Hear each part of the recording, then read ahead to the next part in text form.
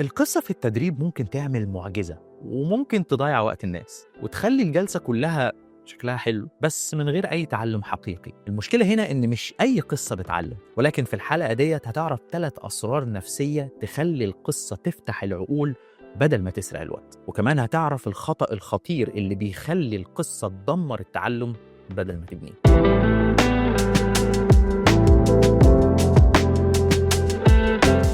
أولاً، ليه القصص بتأثر في المخ أصلاً؟ المخ البشري مش مصمم إنه يستقبل معلومات مجردة خصوصاً لفترة طويلة، لكن لما يسمع قصة مناطق العاطفة والتخيل بتشتغل مع بعض. القصة بتدي للمعلومة سياق، صورة وتجربة، وده بيخليها أسهل في الفهم وأقوى في التذكر. لكن في نوع معين من القصص بيشد الانتباه فعلاً ومع ذلك بيضعف التعلم، هنرجع له بعد شوية. أولاً تعالوا نتكلم عن القصة في الترفيه والقصة في التعلم. في الأفلام الهدف من القصة بيبقى الإثارة والمتعة، ولكن في التدريب الهدف بيبقى الفهم والتطبيق. القصة في الكلاس روم لو ما كانتش مرتبطة بهدف واضح هتكون مجرد استراحة لطيفة لكن من غير أثر تعليم. وهنا أول سر نفسي، المتعلم ممكن يفتكر القصة بس ينسى الفكرة اللي وراها. طيب إيه هي البنية النفسية للقصة الفعالة؟ القصة التعليمية مش مجرد حكاية، هي مبنية على تسلسل نفسي يخلي المتعلم يفكر.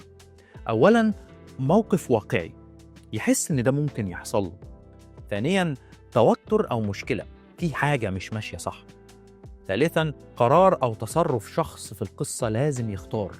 4، النتيجة، إيه اللي حصل وإيه الدرس. وده السر التاني، القصة لازم تخلي المتعلم يسأل نفسه أنا كنت هتصرف إزاي. طبعا لو النوع دوت من الفهم النفسي أو العملي بيساعدك تطور طريقة تدريبك، ما تنساش تعمل سبسكرايب للشانل علشان يوصلك كل جديد أول ما ينزل. طيب ليه القصص بتزود التذكر؟ زي ما قلنا المخ بيحب يخزن المعلومات على شكل تجارب مترابطة مش مجرد نقاط منفصلة. القصة بتدي شخصيات، أحداث، نتائج وهكذا، وده بيخلق روابط ذهنية أقوى.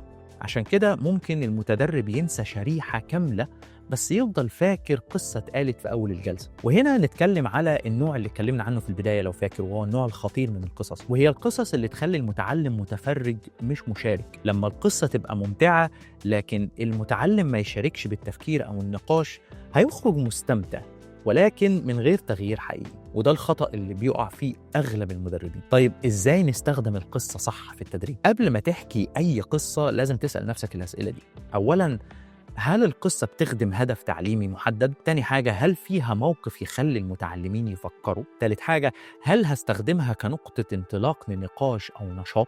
لو الإجابة لأ على أي سؤال من دول، غالباً القصة مش هتبقى في مكانها. القصة التعليمية اللي في مكانها مش بتقول إيه الصح، هي اللي بتخلي المتعلم يكتشف بنفسه. وأخيراً، القصة في التدريب مش مجرد وسيلة جد، هي أداة نفسية قوية ممكن تبني تعلم أو تشتت الانتباه. الفرق مش في جمال القصة ولكن في تصميمها التعليمي. طبعا لو حابب تتعلم أكتر عن استخدام الأدوات ديت في تصميم وتقديم التدريب باحتراف، ما تنساش تعمل سبسكرايب للشانل علشان يوصلك كل جديد أول ما ينزل. شكرا لكم وأشوفكم الحلقة الجاية.